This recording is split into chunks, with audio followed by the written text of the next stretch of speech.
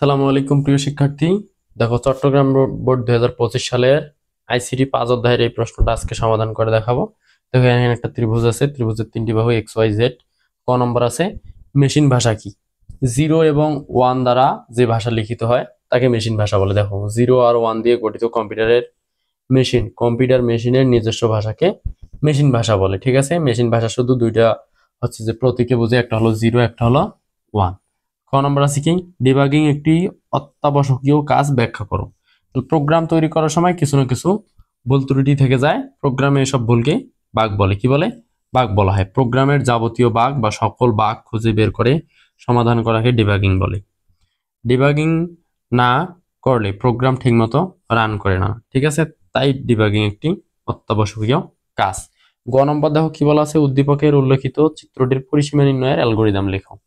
এই যে ত্রিভুজের আমরা পরিসীমা বের করব, এটা কি করব?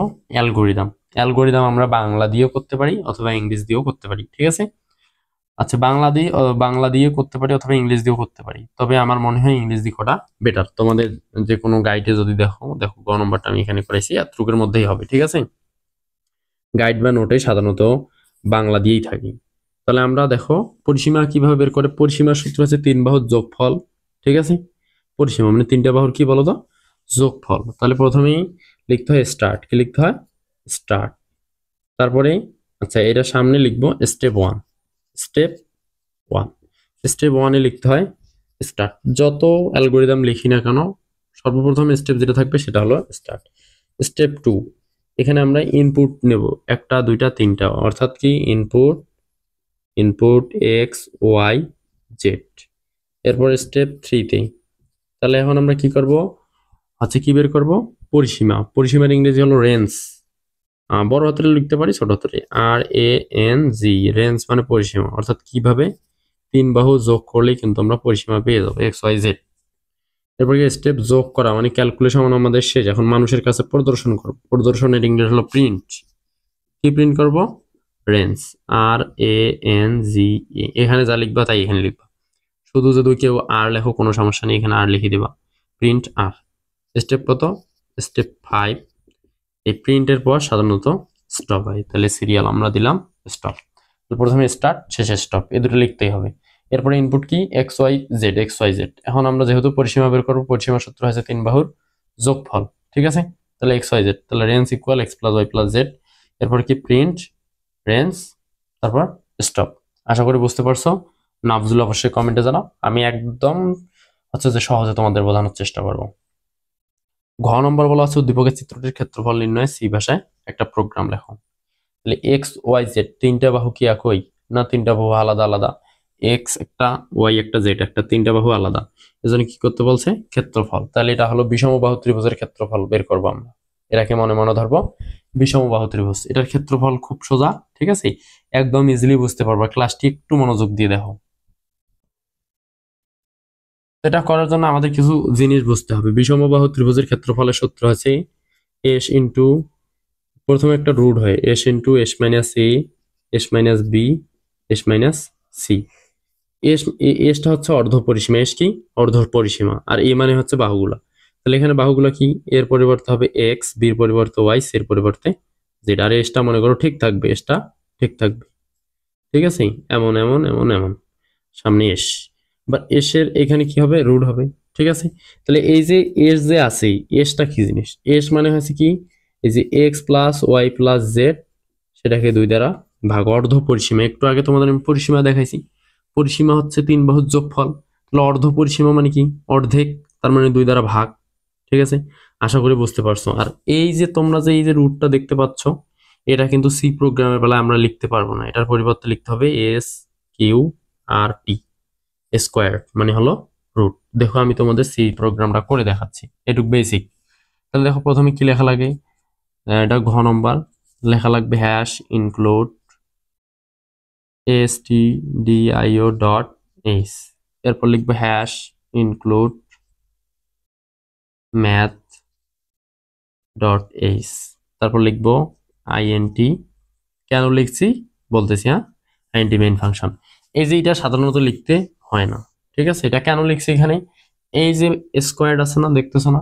এই যে এটা থাকার কারণে এটা লিখছি, যদি না থাকতো তাহলে এইটা আর এটা লিখতাম। এরপরে সেকেন্ড ব্র্যাকেট, যে কোনো কিছুর ক্ষেত্রফলের কথা যদি বলে একদম ইজিলি এখানে লিখবো ফ্লোট, FLOAT ফ্লোট। ঠিক আছে, ফ্লোট কি কি লাগে বলতো, একটা লাগে এক্স ওয়াই জেড, তিনটা বাহু, এক্স ওয়াই জেড। আবার কি লাগে, এস লাগে। তাহলে এস আমরা বের করব, কিন্তু এই তিনটা আমাদের ইনপুট, এস কিন্তু আমরা এই তিনটার সাহায্যে বের করব। একটা দুইটা তিনটে যোগ করে 3 দিয়ে ভাগ করলে, সরি 2 দ্বারা ভাগ করলে এসের মান বের হয়। আর কি বের করব, ক্ষেত্রফল। ক্ষেত্রফলের ইংরেজি হলো এরিয়া। তাহলে আমাদের ইনপুট কিন্তু আসলে তিনটা, কয়টা, তিনটে, এক্স ওয়াই জেড। এইটা থেকে এসের মান বের হবে, এসের মান থেকে এটার মান বের হবে।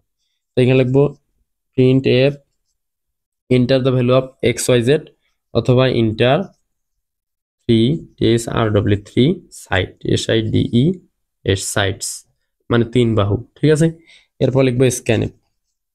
এইখানে যদি ফ্লোট লিখি তাহলে এখানে লিখতে হবে %f। তাহলে ইনপুট কয়টা, এই তিনটা যেহেতু বলছি, তাহলে 3টা %f, কয়টা, 3টা।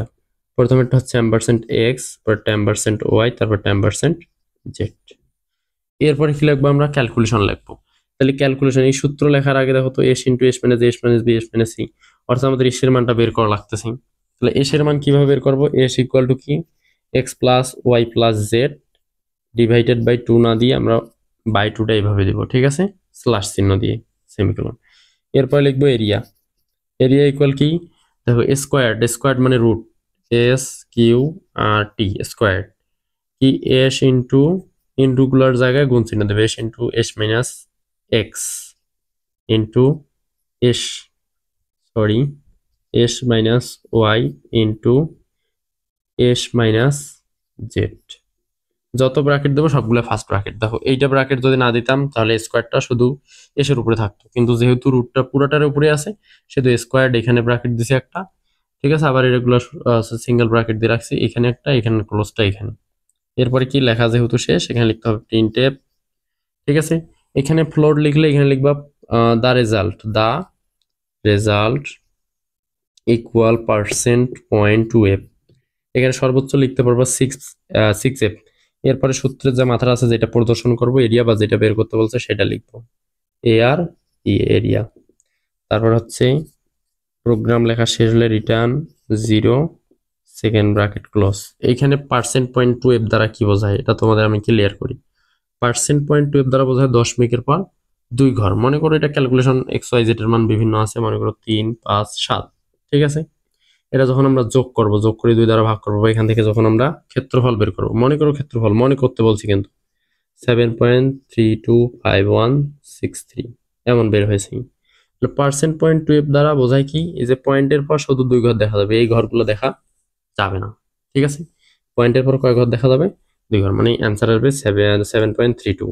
কারণ কেউ যদি এখানে 3f 4f 5f দাও, 6f, সর্বোচ্চ 6f পর্যন্ত দেওয়া যাবে। ঠিক আছে, তাহলে আমরা দিছি কি %.2f, এরপরে কি comma area return 0 second bracket close. আশা করি বুঝতে পারছো, কোথাও সমস্যা হলে অবশ্যই কমেন্টে জানাও, আমি একদম তোমাদের ক্লিয়ারলি বোঝানোর চেষ্টা করতেছি।